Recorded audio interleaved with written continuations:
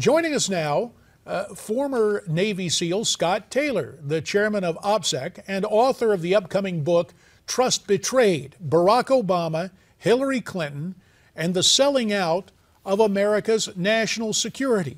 Scott Taylor we can address as Delegate Taylor. He joins us from Richmond, Virginia, where he serves in the House of Delegates there in the state known as the Mother of Presidents. Scott, you're a former Navy SEAL sniper. How accurate is this motion picture? Well, it's funny that you asked that. I tried to watch it this weekend. I wasn't able to watch it, but from what I understand, it's very accurate. I did see the trailers, which really brought back a lot of memories. I was in the same place as Chris just before him in Ramadi, Iraq. But from my understanding, it's portrayed very well. Scott, do you think that this film provides insight, then true insight, into the lives of soldiers and their families and what they go through? I think so. You know, there's certainly a struggle there. You know, with PTSD, there's guys that come back and just go through extraordinary stress and combat stress and come back and you know, have to integrate back into society. And I think from what I understand, it definitely depicts that struggle and Chris's own personal struggle, and then also the folks that he tried to help. And that's one of the things that helped him with his struggle, was trying to help other people.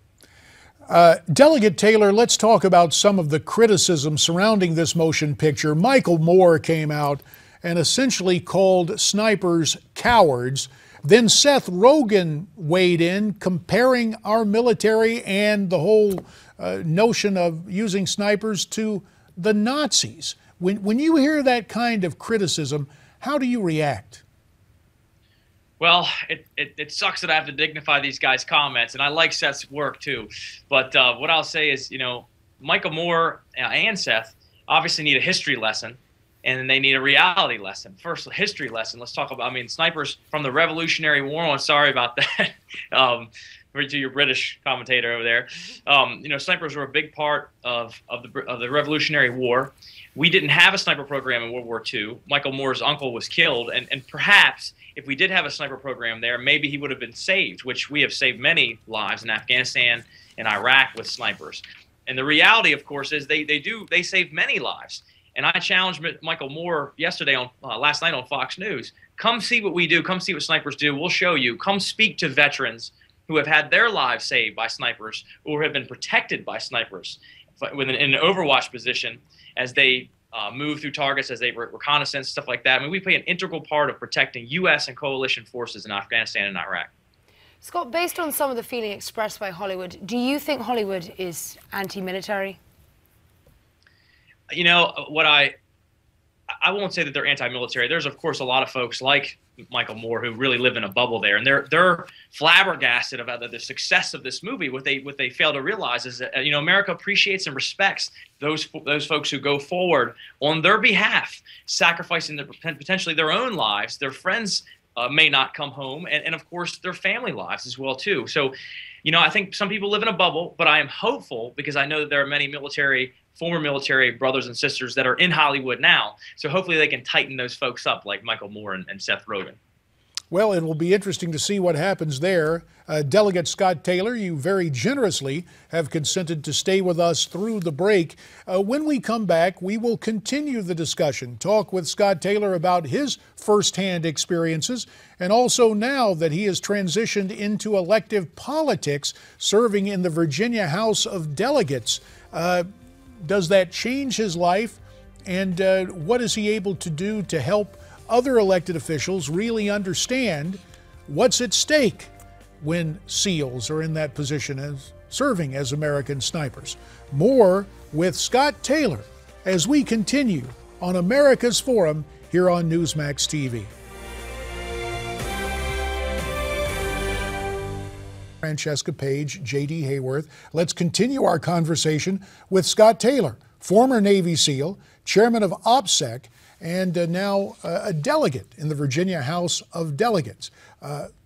Scott, it's worth noting that the movie American Sniper is also stirring up emotions between conservatives and liberals, and now you're part of the political process. Have you heard any derogatory talk across the aisle there in the Virginia House of Delegates? Not at all.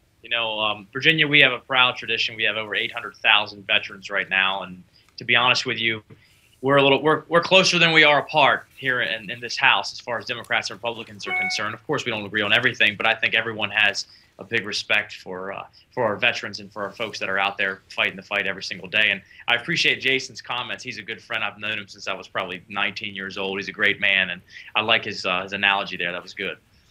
Scott, we're just going to note here, the box office hit has obviously triggered a war of words. And taking a look, some of them, Michael Moore says he should spend, following the tweet by Michael Moore, former House Speaker Newt Gingrich fired back, tweeting, Michael Moore should spend a few weeks with ISIS and Boko Haram, then he might appreciate American Sniper. I am proud of our defenders. What are your thoughts there? I think, God forbid Michael Moore's ever in a hostage situation where he needs a sniper to save his big butt. But I think that he would get a reality check very quickly, and so would Seth Rogen if they were over there, and basically enduring potential snipers themselves. Part of our job as snipers is also anti-sniper, and one of the most proudest things that I would do every day is in Ramadi, Iraq, they had their government center where the Iraqis are trying to govern there, and we had Marines at the top of that, and those guys were getting sniper shots at them all the time. So every day we would go there and do an anti-sniper sweep. That's a big part of the job, and these guys need a history lesson and they need a reality check. And in light of their comments, do you think partially these comments were made in shock that the Hollywood left was surprised at the box office success of American Sniper? I think they're very surprised. These guys are not really in tune with reality and who the American people are. And like I said, it's a subset. I mean, there are people in Hollywood who are not like this, of course, but there are a lot of them who are, and they certainly live in a bubble. They don't understand the American mindset and what the American mindset, how we get behind folks like this. And I think they were very surprised at the success of the movie. Scott, let's switch gears to your upcoming book. Could you give us a little preview of that? Well, I think I can't go too far into it, or I'll get slapped. But what I will say, I mean, it's all about Hillary Clinton and Barack Obama putting their own personal politics before American national security and foreign policy. And you'll see it has a lot of research backed up, scholarly research, media research, and then personal anecdotal stories as well too. So I hope that you will get it and read it. It's a great read, we think, and we think it'll do well. And mindful of that admonition that you can't go too far in discussing the book until it's formally released, we will momentarily disregard Dr. Franklin's admonition that you can't judge a book by its cover, or at least offer the amendment. Perhaps we can judge this book by its title. The name of the upcoming book again, Trust Betrayed: Barack Obama, Hillary Clinton, and the Selling Out of America's National Security.